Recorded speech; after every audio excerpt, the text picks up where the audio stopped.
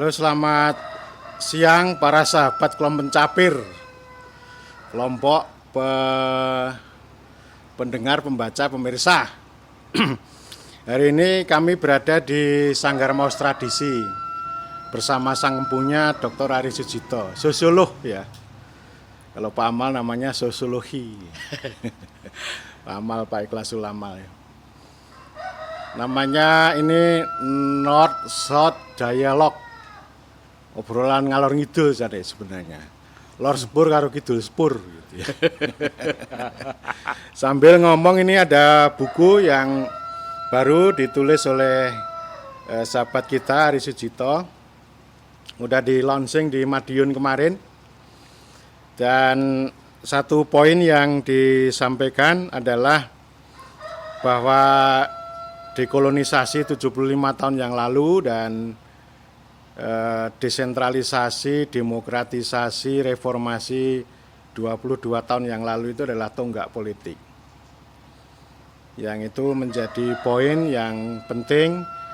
Menurut bahasa saya, buku ini sebenarnya sedang membela politik sebenarnya.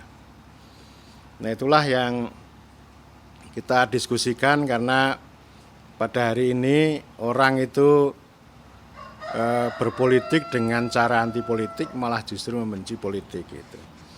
Nah, saya mau tanya sama sampean, Bung. Ini ya, Mas.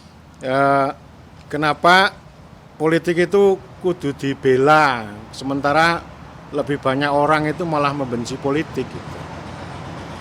Kalau kita lihat perkembangan Indonesia demokrasi ini ya, Mas Toro, kita tahu bahwa kita itu reformasi itu lahir sebagai antitesis karena dulu tidak boleh berpolitik. Ya.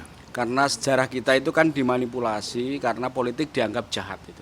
Padahal sejarah di Eropa atau berbagai negara itu, termasuk buku-buku yang kita lacak selama ini, ya berpolitik itu kan ilmu, atau berpolitik itu seni, berpolitik itu soal value, bagaimana mengelola kepentingan, mengelola kekuasaan.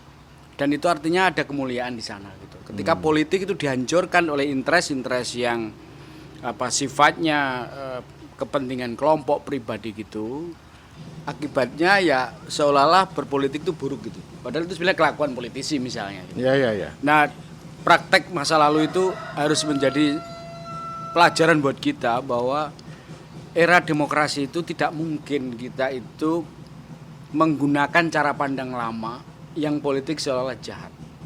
Nah, justru politik itu harus kita pahami secara utuh dari sisi historis, dari sisi sosiologis, dan dari sisi visi kita ke depan. Kalau kita memilih demokrasi, ya konsekuensinya mari gunakan politik dengan cara kita untuk menemukan nilai-nilai itu yang terekspresikan dalam mengelola kekuasaan. Sederhananya begitu. Nah, memang kalangan kalayak yang tidak bersetuju pada politik dengan situasi sekarang, itu cara pandangnya cara pandang lama gitu. Nah, menurut saya menulis ini sebetulnya ada kegalauan. Sebenarnya Mas Toro tahu persis bahwa perjuangan demokrasi ini kan berdarah-darah.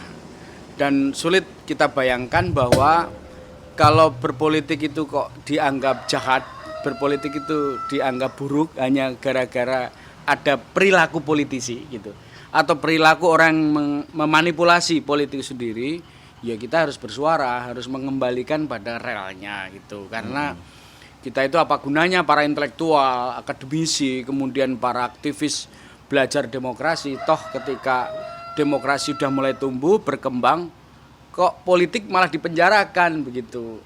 Seolah-olah orang dipertontonkan kalau ada konflik bersitegang itu solusinya pasal, solusinya hakim. Ini bukan soal anti hukum, bukan, tetapi ada wilayah di mana arena di dalam pertarungan, berdebat, berdiskusi, bernegosiasi itu, ya kita bertarung ide gitu. Itu yang kukira sebetulnya harus kita kembalikan dulu gitu. Nah, maka itu saya ini adalah bersama teman-teman termasuk Mas Toro, sejak kita reformasi ini ada yang keluar rel nih gitu. Tapi jangan sampai kebablasan gitu loh.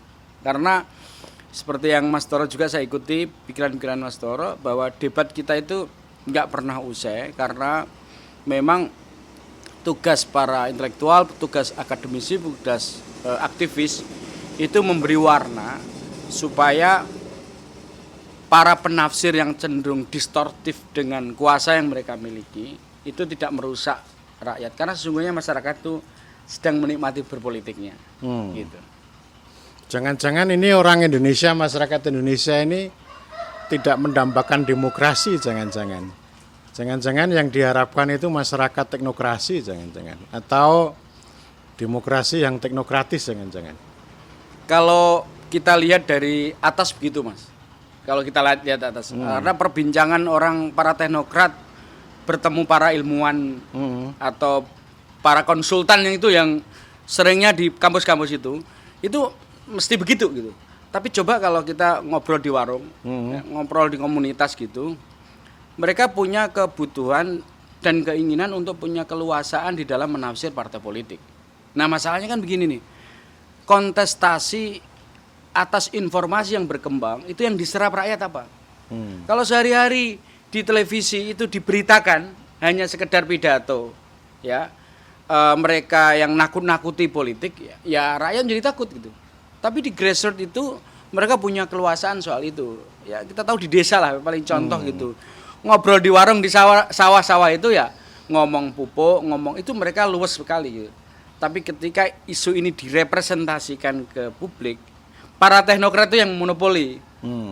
Kowe usulmu apa? Nanti udah ngomong ke aku usulannya, nanti tak rumuskan dalam kebijakan. Nah, ketika aspirasi itu berubah menjadi kebijakan, disitulah distorsi mulai muncul.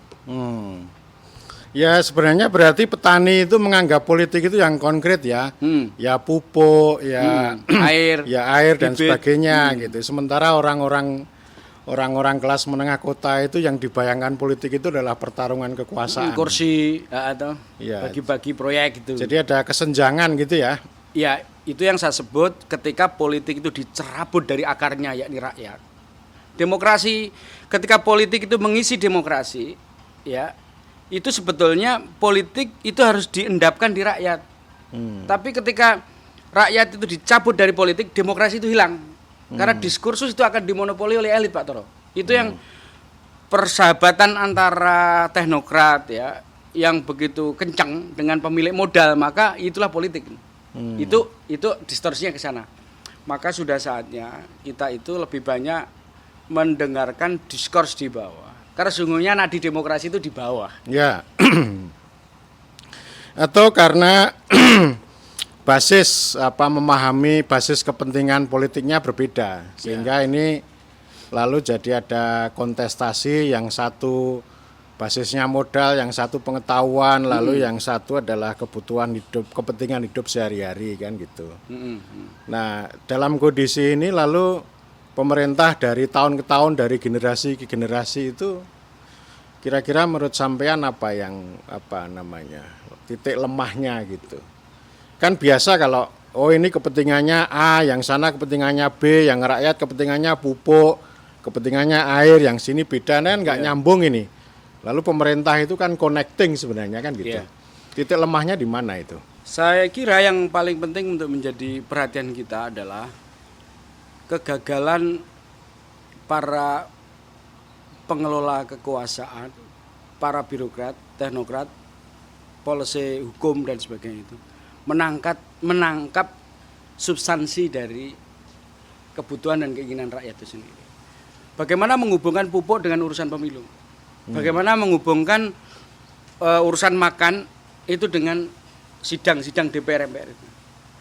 Kan begini nih, banyak orang juga mengatakan begini, rakyat nggak butuh pemilu, yang butuhkan rakyat adalah kecukupan makan. Pertanyaannya adalah ketika terjadi kelangkaan pangan, ketika pupuk jadi mahal, ketika tiba-tiba benih itu susah dicari, ini kan soal policy.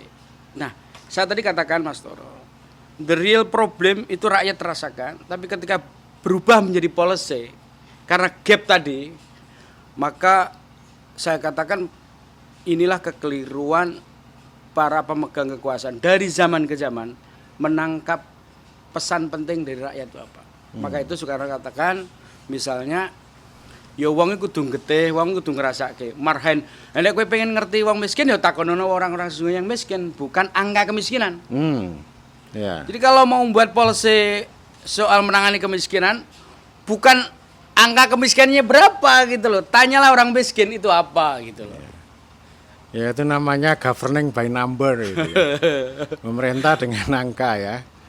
Jadi sebenarnya kalau para politisi itu kan mereka berkuasa basisnya rakyat ya, meskipun belum sempurna gitu. Tetapi ini kan kelihatannya kan ada kesenjangan nih antara pemerintah dengan lapisan birokrasi, teknokrasi dan sebagainya. Yeah. Jadi misalnya pemerintah sudah membuat arah, sudah membuat garis ABCD. Nah, barangkali ada kesenjangan dengan birokrasi kementerian yang beraneka ragam itu. Misalnya presiden memberikan arah, tapi akhirnya toh formulasi kebijakan itu Beda. didelegasikan kepada birokrasi, pada teknokrat, sehingga ini yang justru yang membuat kebijakan adalah teknokrat, birokrat. Jadi ini kayaknya ada satu ruang di mana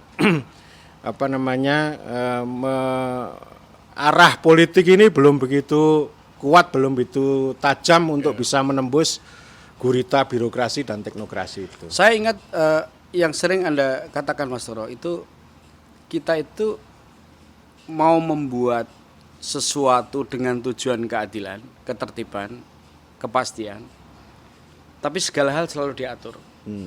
Apakah untuk menciptakan itu segalanya harus diatur? Belum tentu. Ini soal pilihan paradigma.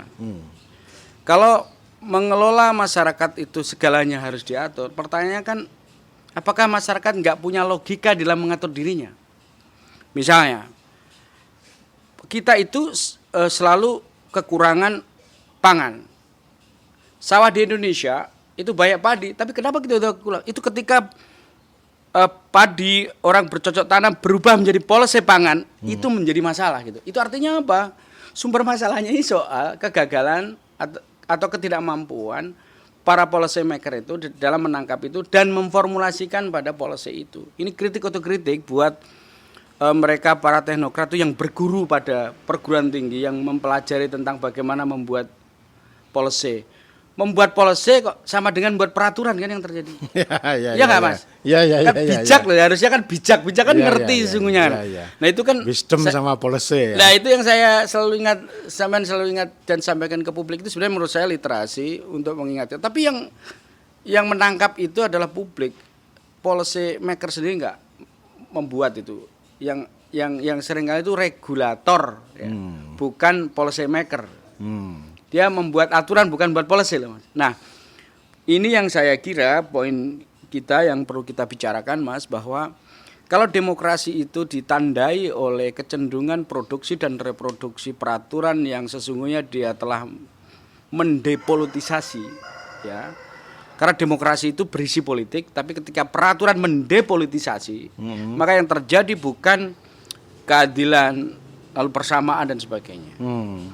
Sama di depan hukum ya, itu beda sekali dengan sama dalam pasal di peraturan. Maksud saya kita diskurs pada hukum itu tidak mesti identik dengan peraturan itu tadi. Oleh karena itu secara sosiologis saya katakan pelajari logika masyarakat dalam survive. Nah menurut saya kalau kita bicara secara filosofis keindonesiaan, membayangkan keindonesiaan kan bukan membayangkan tentang pikiran para elit itu, tapi membayangkan tentang ya rakyat itu seperti apa, negara kayak apa mengelolanya. Elit itu hanya menggunakan pengetahuan dia untuk membaca realitas sesungguhnya dan memformulasikan dalam kebijakan itu. Mungkin para sahabat perlu dikasih tahu depolitisasi itu tadi apa? Ya, kita ingat ya Mas Tor, tadi saya menyambut tadi pertanyaan yang awal bahwa di era Orde Baru itu kan kita diterapkan dengan depolitisasi, deideologisasi dan floating mass. Depolitisasi itu menghancurkan politik sebagai arena pengetahuan praksis di masyarakat.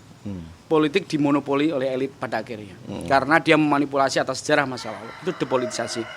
Karena itu propaganda di era Orde Baru itu jangan berpolitik, karena berpolitik itu identik dengan instabilitas, pertengkaran, permusuhan.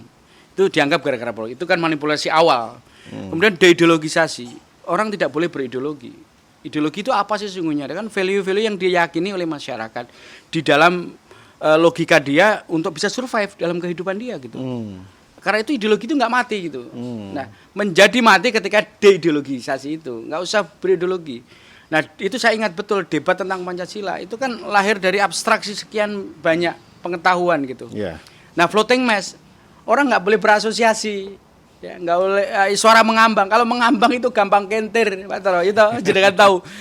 Gurduk-gurduk pleurono gurduk. Nah, disinilah saya ingin meletakkan dasar bahwa demokrasi itu jangan ditandai depolitisasi. Saya ingat tulisannya teman-teman Demos yang dulu almarhum A.I. Priyono, repolitisasi rakyat. Itu sebetulnya adalah melakukan edukasi pada rakyat bahwa berpolitik itu seni mengelola kekuasaan. Kalau demokrasi tapi paradigmanya depolitisasi masa Orde Baru, ya itu persis ditergbak itu. Pilih penak zamanku. Oh mergo dia diajak untuk itu keliru itu ya. Namun saya Mas Toro, depolitisasi di politik masalah itu harus kita lah. Saya berapa kali forum bilang gini aku. Kita harus melakukan detoksifikasi politik ini dari pengaruh lama Orde Baru itu. Ya. Padahal para policy formulator itu kan orang-orang yang gelarnya tinggi dan banyak kan. Sebenarnya ya. Tapi karena ya itu hanya indikatornya hanya TPA sama TOEFL kayaknya. Mas Toro, ini guyonan kita ini ya. Kita juga akan jadi gelar itu adalah penanda administrasi akademik. Ya toh, Mas Toro juga ada toh. Maka itu saya ingat kalau sampean itu memberi ceramah di wisudanya para sarjana itu kan bukan gelar itu sesungguhnya titik tumpu kita. Pengetahuan yang kita dapat dan value yang tertanam itu. Ya. Nah, oleh karena itu saya merasa juga ini otokritik juga buat para perguruan tinggi. Jangan memproduksi gelar gitu. Yang kita produksi adalah pengetahuan yang mencerahkan. Bukan menghafal teori, tetapi membuat teori itu praksis di masyarakat. Nah, teori itu berkembang bukan sekedar buku dari sana kemari, tapi dalam dirinya melahirkan gagasan-gagasan atau buku perguruan tinggi itu sendiri. Itu yang menurut saya catatan penting buat kita. Jadi dulu Soekarno mengajarkan tentang ilmu yang amaliyah, amal yang ilmiah, tapi itu hilang gitu ya. Jadi hilang, jarang sekali orang yang bisa memahami itu dengan baik. Kalau sekarang itu ya ilmiah tapi saya nggak tahu apakah itu amaliyah atau enggak kan. Yang ilmiah itu kadang-kadang Anda bisa lihat harus terindeks tuh. Indeks itu pengerti itu rakyat yang di bawah itu enggak ada itu. Dan menurut saya setuju dengan pendapat Anda bahwa kadang-kadang yang ilmiah itu malah jauh dari rakyat karena dia hanya dekat dengan para administrator jurnal gitu. Nah, oleh karena itu kembalikan pengetahuan itu buat rakyat dan karena kita juga mengambil pengetahuan dari rakyat itu. Jangan mengambil pengetahuan dari rakyat lewat riset, lewat debat, diskusi, memfasilitasi, tapi ujung-ujungnya adalah untuk memobilisasi, meningkatkan status dirinya lewat para ningrat di perguruan tinggi itu. Iya, itu sama dengan ketika orang mendata rakyat itu ya, tetapi data itu enggak membawa perubahan terhadap rakyat yang didata kan gitu. Karena itu zaman merdeka tapi kolonisasi itu bergeser. Mengkolonisasi lewat data itu yang terjadi. Ya macam-macam ya. Jadi ini ruang publik ini mengalami kolonisasi yang luar biasa gitu ya. Mulai dari data, akreditasi, sertifikasi, instrumentalisasi gitu ya. Ya TOEFL, ya TPA gitu ya. Padahal orang Indonesia itu ngomong bahasa Indonesia aja berlepotan, nulis bahasa Indonesia berlepotan gitu. Tapi bangga sekali dengan memperoleh nilai TOEFL yang langit 7 itu kan bangga banget itu ya.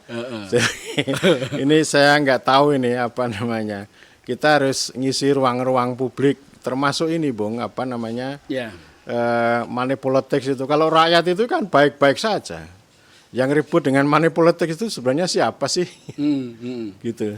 Ya kalau ngobrol soal money politik ini menarik ini. Orang kan menggunakan ukuran moralitas. Ya, sebetulnya itu kan rakyat dalam diskursus rakyat ya. Kalau kita dengarkan di warung ya menjelang pilkada, pilpres, pileg dan itu siasat rakyat kan. Karena lah kamu nggak pernah datang waktu 5 tahun berikutnya datang. Lah untuk menandai kedatanganmu ya lewat money politik itu gitu. Nah ini kan sebetulnya kritik untuk kritik. Dia itu bereaksi. Atas aksi hilangnya nalar publik dalam pemilu hanya menjadi tindakan administrasi karena nalar publik sebagai cara kita untuk menilai seberapa jauh demokratisnya sebuah pemilu itu bukan ukurannya pada KPU dan Bawaslu, bukan itu. KPU dan Bawaslu itu hanya pencatat dan penyelenggara karena yang terjadi loh ya, banyak petugas pemilu gitu. Tetapi diskurs dan sebagainya ya rakyat itu yang menilai gitu. Nah karena itu kalau menggunakan ukuran atau instrumen hukum untuk menilai demokrasi dan tidaknya itu hukumnya, undang-undangnya koreksi menyesuaikan konteks masyarakat itu.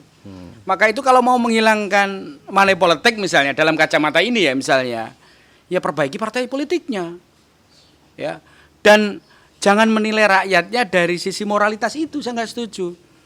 Jadi kalau para politisi yang jadi anggota dewan, jadi bupati, wali kota, atau pemimpin-pemimpin itu yang lewat pilkada gitu ya, itu oke, beres. Itu otomatis orang-orang nggak ribut kok soal. Nek jaman biyen kan lewat sarung ya kepala desa itu pilkada. Saiki yo uang yang gue baliho itu lebih gede dibandingkan kasih rakyat. Ya enggak, faktanya loh ya. Itu baliho banyak ya. Banyak sekali itu, mahal-mahal itu, Mas. Apa aja itu banyak sekali. Namanya Kamengo ya, datangnya sekali, perginya 5 tahun kan gitu. Jadi istilahnya orang itu menegosiasi elit karena pelayanan publik itu kan nggak datang setiap hari ya. Iya itu. Jadi saya ini kan ngeritik itu toh. Ada buku Burhanuddin Mutadi yang kuasa uang itu loh. Itu kan sejenis dengan bukunya Edward Aspinall, Demokrasi for Sale itu kan. Itu kan cerita tentang oligarki, klientelisme, politik uang kan begitu-begitu.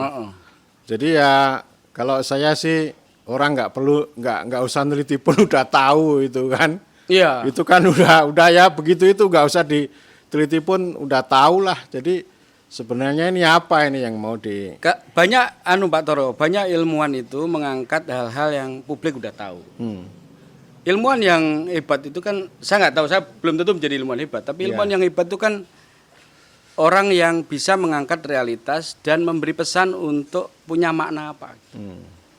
Jangan sampai ilmuwan menghakimi rakyat gitu. Itu kan menurutku nggak bisa ya cara pandang kita untuk melihat bahwa dari atas terus gitu. Nah menurut saya kalau saya memperbincangkan ya soal pileg, pilpres, terus kemudian pilkada yang soal money politik itu, dia lupa bahwa apa yang dia lihat itu adalah untuk siapa. Ya kan itu namanya politik pengetahuan. Jadi politik pengetahuan. Beyond dari ilmu pengetahuan. Ya. Ilmu ini untuk siapa sih sebenarnya? Iya, gitu. Menurutku yang fungsi kita adalah misi kita adalah pencerahan gitu. Ya.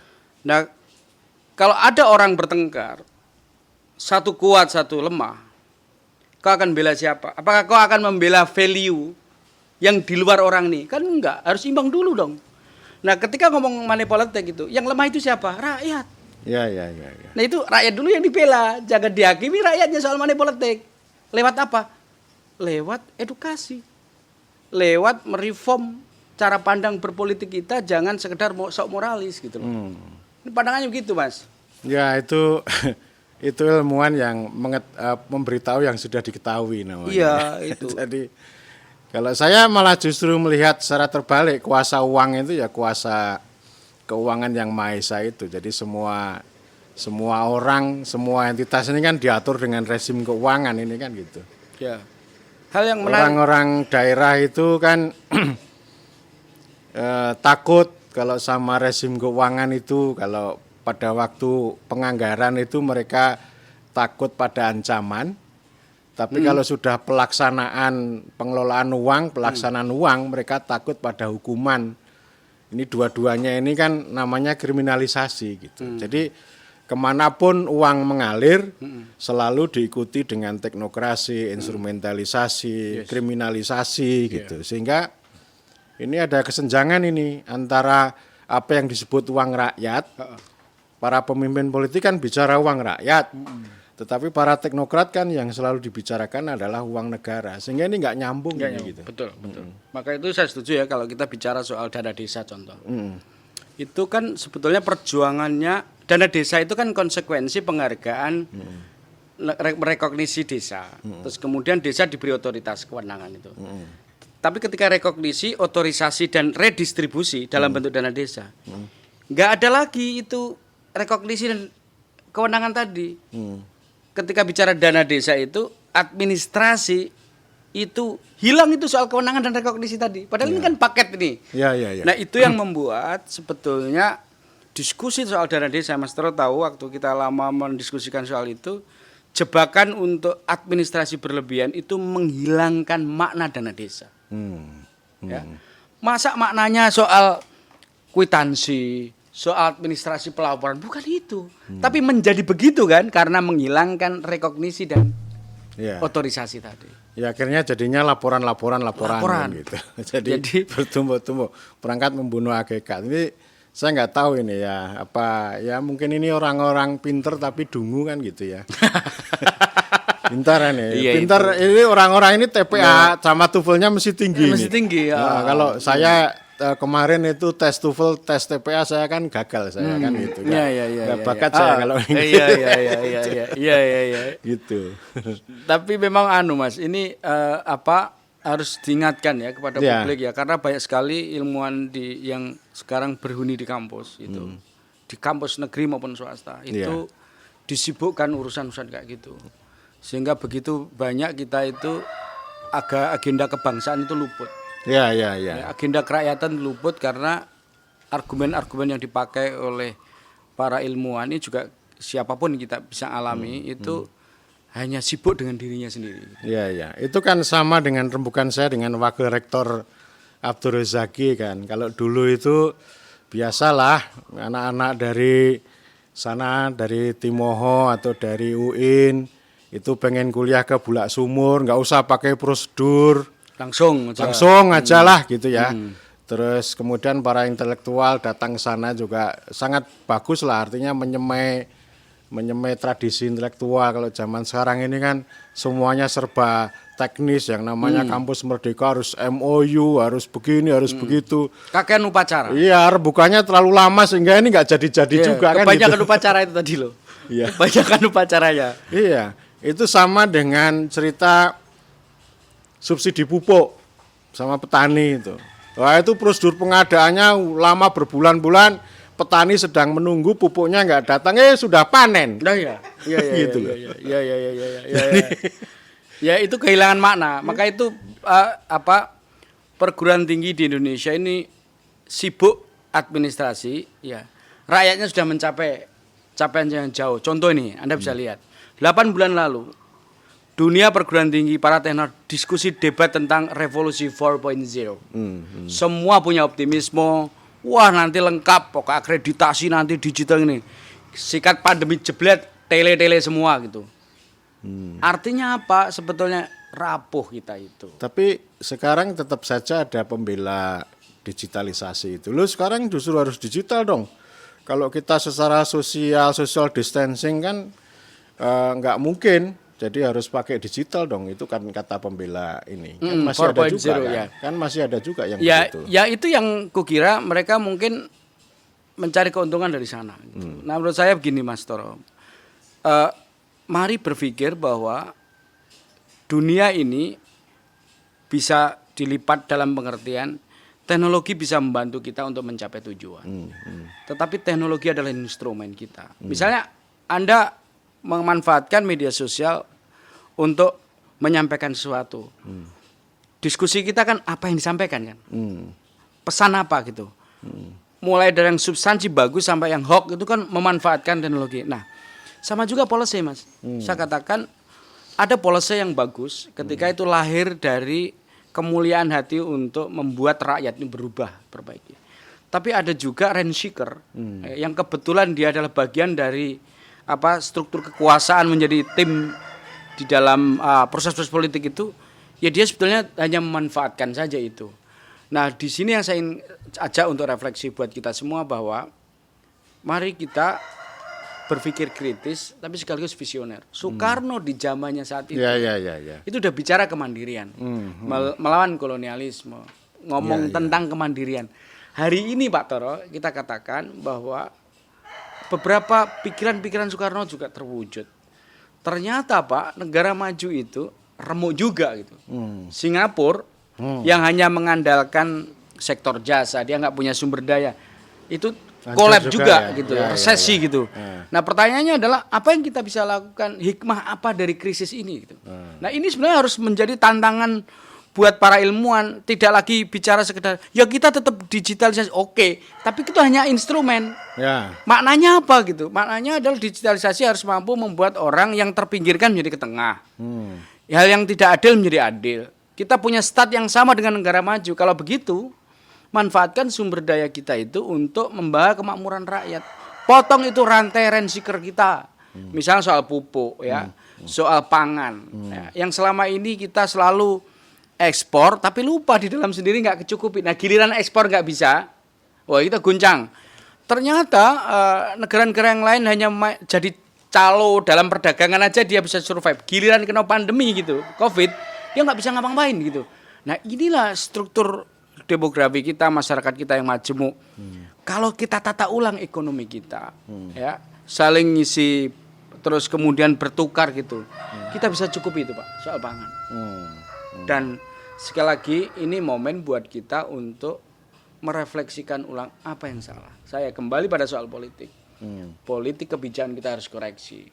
Jangan hanya menyelesaikan masalah dengan teknis atau peraturan atau teknis ya, administrasi tapi ya. Dorong kemandirian inisiatif lokal. Buktinya kecepatan untuk recovery soal dampak krisis pandemi ini justru inisiatif-inisiatif dari lokal.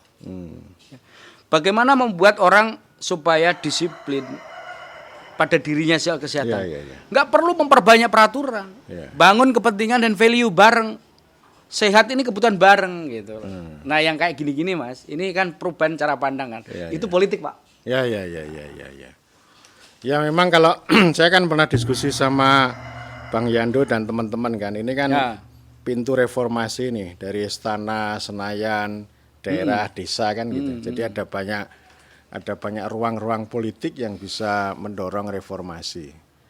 Nah, ini mengalami kesulitan ini. Yang muncul adalah inovasi saja, jadi bukan reformasi. Yang muncul adalah inovasi dari para teknokrat ini sehingga nggak ketemu ini, gitu. Jadi nggak ada titik temunya gitu. Saya lihat misalnya gini Mas Toro ya. Berarti yang lalu kan kawan kita Wahyudi ngadakan Kongres Kebudayaan Desa, dan mereka menghimpun gagasan begitu banyak. Apa pesan pentingnya itu? Bahwa desa itu bisa melakukan konsolidasi dengan ide-ide kecil apapun. Pertanyaannya adalah, kabupaten tahu kayak gini ngapain sih gitu? Provinsi atau pusat kayak gitu. Nah, menurut saya yang cerita unik yang dibeber atau ditampilkan oleh teman-teman dengan panggung kebudayaannya desa, Kongres Kebudayaan Desa itu banyak nilai-nilai positif gitu yang bisa menghimpun bertemu satu sama lain, yang menjadikan titik temu di antara mereka, simbol. Yang di Indonesia itu memperbanyak titik tabrakannya, bukan titik pertemuan. Gara-gara apa? Gara-gara semuanya itu pakai traffic light, semuanya diatur. Nek traffic light mati gitu, kocar kacir. Tetapi kalau bangun kesepahaman karena mimpi besar sana, mbok kamu lewat sana nanti ketemunya di sana gitu. Tapi kalau kita kebanyakan diatur, giliran yang ngatur itu nggak jalan, traffic light macet, bubar Pak. Yang satu mau ke Klaten nggak sampai, tiba-tiba sampai Purworejo. Terus ngalor ngidul mau loh, ternyata ngitan ngulon, gitu loh. Itu tadi. Oleh karena itu metafora ini menggambarkan pada kita, Mas Toro, mimpi besar tentang kemerdekaan, mimpi besar kita Soekarno tentang dekolonisasi. Atau enggak politik saya bahasakan. Itu harus jadi penanda kita menuju kemana kita. Bahwa kamu punya cara, saya punya cara, tapi ada mimpi bareng. Jangan kita itu dijerat oleh peraturan menuju mimpi itu. Karena peraturan itu tujuannya sebenarnya. Akhirnya berubah jadi tujuan kan, padahal itu instrumen aja Iya, gitu, iya, Mas iya. Toro. Nah, saya Jadi ini kan apa namanya ya itulah kalau orang pintar itu kan itu ya, orang ilmiah itu ukurannya kan ukuran tadi kembali ke TOEFL sama TPA itu. tadi. Sehingga mereka nggak menemukan apa kepentingan rakyat, nilai itu nggak mengenal itu ya, nggak mengenal itu dengan baik ini sehingga ini mengalami kesenjangan gitu. Kalau itu dikritik biasanya mereka alasannya, "Loh ini kan ukuran orang, SDM orang. TPA-nya harus tinggi." Apa hubungannya? Wong ora ono hubungane dengan rakyat. Itu soal sing gawe wong-wong kuwi Saya apalan. mimpi saya itu di Indonesia itu dihapuskan dua itu. Iya. Pengen itu, Lah dua iya itu. itu salah Iya. satu menciptakan ketidakadilan Dihapuskan pengetahuan, itu. memang. Ketidakadilan pengetahuan kan? Iya. Teman-teman kita yang di pinggiran. Ya karena saya goblok, saya nggak ngerti itu kan. Gini, Mas saya Toro. pengen itu dihapus. Jadi itu. gini Mas Toro, banyak teman-teman kita itu yang di daerah timur Indonesia dan barat yang ujung itu nggak bisa mengakses itu, Ya. karena memang startnya nggak sama. Iya. Itu bukan berarti bodoh kan, tapi karena ya bagaimana kita, itulah butuh afirmasi. Afirmasi ini soal keadilan, itu politik pencapaian keadilan. Itu harus ada afirmasi. Salah satunya instrumen penjerat ya tadi itu, yang Mas Toro sebut TPA dan TOEFL itu. Lah kita ini dulu itu misalnya arep gawe naskah proklamasi. Lah kok atau undang-undang kok nggak ada naskah akademiknya masa kayak gitu segala. Kan nggak ada itu. Yang penting cita-cita merdeka gitu kan. Nah, kita ini loh mimpinya kurang, aturannya sih ngokeh gitu. Iya, jadi imajinasinya sedikit Kurang ya. itu yang saya katakan banalitas itu begitu, Pak. Ya. Pengetahuan kita itu didangkalkan oleh administrasi akademik tadi. Iya. Pengetahuan ini hilang gara-gara orang itu perguruan tinggi itu wah oleh akreditasi A dipuamer ning diplang-plang itu loh. WTP segala macam gitu ya. Wajar tanpa pengecualian. Kan, gitu. Wajar tanpa pengetahuan sih bener. Wajar tanpa ini ya.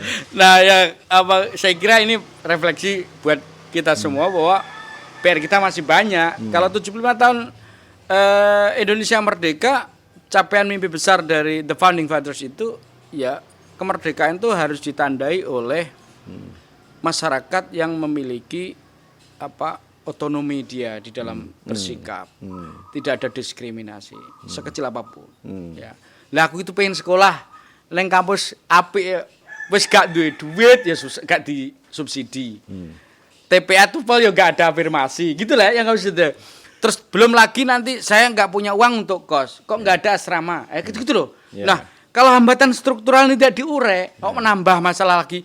IP-nya minimal sekian. Oh, itu wong IP itu kan Ya. urusan administrasi dosen. Ya. Gitu, Mas. Saya kira gitu ya para sahabat kelompok pencapir gitu ya. Poinnya apa sih sebenarnya? Jadi ini poinnya kita mendorong membela politik itu artinya penting untuk melakukan repolitisasi.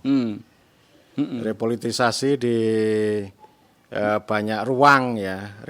Repolitisasi itu artinya ya kita peka pada realitas karena di balik realitas itu ada makna gitu, dan yang lebih penting adalah ada nilai ya. Politik itu kan menentukan nilai dan tujuan. Dan tentu kita membela politik, melakukan repolitisasi itu kita melawan.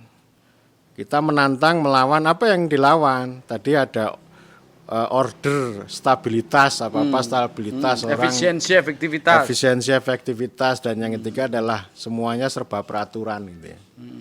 Termasuk TPA dan TOEFL gitu. Ini termasuk Mas satu. Toro mengingatkan terus karena dia punya mahasiswa yang banyak gitu, jamaah yang banyak. Ya korbannya banyak. Loh iya, ini korbannya orang-orang pinggiran ini ya. Saya setuju. Iya. Ukuran termasuk keadilan. teman kita itu Zainal itu loh, M Zainal itu kan. itu kan mau kuliah S3 di situ karena TPA sama TOEFL-nya nggak masuk, tunda tahun depan gitu.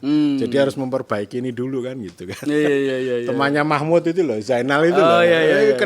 Kena rezim TOEFL sama TOEFL sama TPA kan gitu. Karena ngeyo proyek ya. Iya. Ketok ya. Saya kira begitu. Nanti ini ruang Sanggar Maos Tradisi ini kita mengeja membaca Indonesia dari sisi yang berbeda, bukan dari sisi kaum kelas menengah kota ngehek atau kaum netizen gitu ya.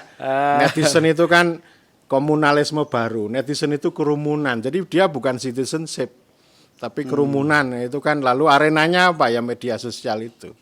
Media sosial, revolusi industri 4.0 kan gitu. Jadi ruang-ruang itu memang harus kita isi dengan repolitisasi. Matur nuwun Bung Cito. Nggih Mas Toro, sami-sami. Nanti kita galang teman-teman yang lain untuk mengisi ini. Nanti saya juga pengen kasih kuliah di sini lah kalau ada teman-teman yang hadir di sini. Demikian matur nuwun.